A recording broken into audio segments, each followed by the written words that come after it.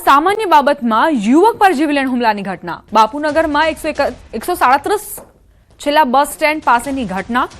અહીં સિગરેટ કેમ પીવે છે કહીને બોલાચાલી કરી ઝઘડો કર્યો। બે યુવકોએ છરીના ઘા મારી ગાડીમાં તોડફોડ કરી। શિવ ઉર્ફે લલ્લુ રાજપૂત અને દેવ રાજપૂત વિરુદ્ધ ફરિયાદ નોંધાઈ। પોલીસે બંને આરોપીની ધરપકડ કરી છે। આરોપી સામે અગાઉ પણ કેસ નોંધાયેલા છે। હાલ પોલીસે બંનેની ધરપકડ કરી વધુ કાર્યવાહી શરૂ કરી છે।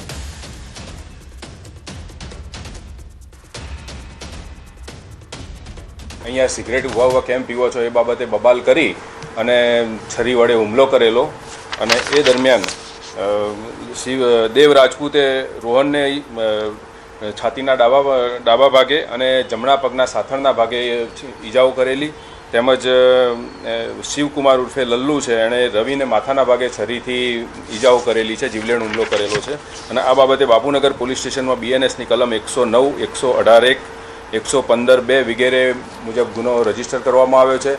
બંને આરોપીઓને રાઉન્ડ અપ કરી લેવામાં આવ્યા છે।